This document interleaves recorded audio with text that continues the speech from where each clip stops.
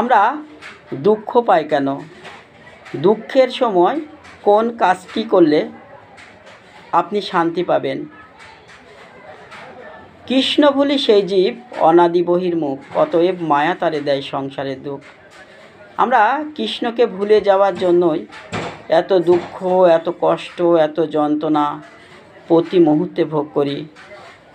এই যন্ত্রণা আমাদের পূর্বকৃত কর্মের ফল। দুঃখ পেলে আপনি কি করবেন? কিভাবে নিজেকে সান্ত্বনা দেবেন? আর আমরা দুঃখ পাই কেন? শুনুন শাস্ত্র কি বলছে।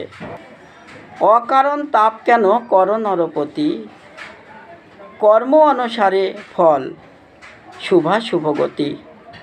আমরা প্রত্যেকেই আমাদের পূর্বকৃত কর্ম অনুসারে সুখ বা দুঃখ ভোগ করি। এর জন্য অন্য কেউ দায়ী নয়, আমাদের পূর্বকৃত কর্মফলই দায়ী। আমাদের কর্মফলে আমরা যখন দুঃখ পাচ্ছি, তখন নিজের কর্মফলে দুঃখের জন্য অনুশোচনা করা দরকার কি? আপন কর্মের ফল নাহিক এরান, জানি অনুশোচনা না করে জ্ঞানবান। নিজের কর্মের ফলকে কখনো এড়ানো যায় না। নিজের কর্মের ফল নিজেকেই ভোগ করতে হয়। এই জন্য আমাদের উচিত এই জন্ম থেকে শিক্ষা নিয়ে পরবর্তী জন্ম যাতে উন্নত হয়, যাতে দুঃখের সাগরে আমাদের নিমজ্জিত করতে না হয়, তার জন্য চেষ্টা করে যাওয়া।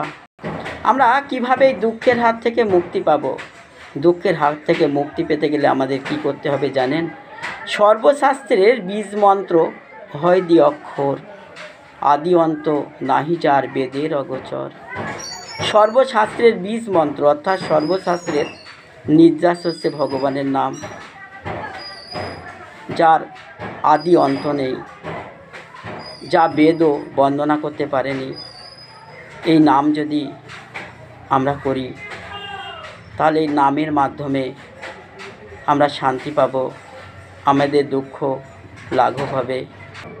কৃষ্ণ কৃষ্ণ বলিতে মজিবে দেহ, কৃষ্ণের মুখের আজ্ঞা না করো সন্দেহ।